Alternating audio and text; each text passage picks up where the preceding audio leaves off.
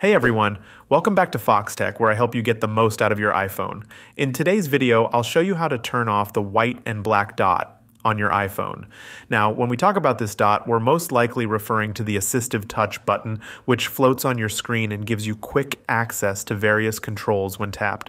However, if what you're seeing isn't related to AssistiveTouch, and it's more like a screen issue, such as a dead pixel, then software adjustments won't fix it. You'll need to get your device checked out for that.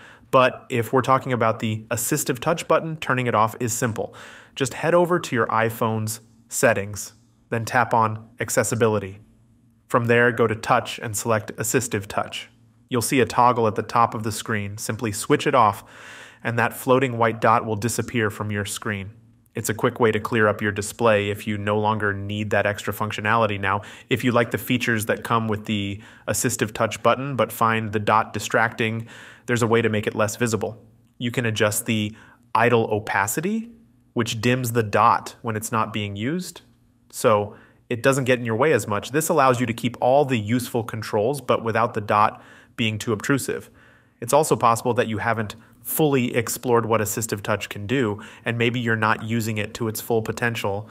I've already made a detailed video about how to customize and make the most out of it, so if you think you'd benefit from that, be sure to check out the link in the description below. Thanks for watching, and I hope this helped you out. If it did, make sure to like the video and subscribe to Foxtecc for more helpful iPhone tips. See you later.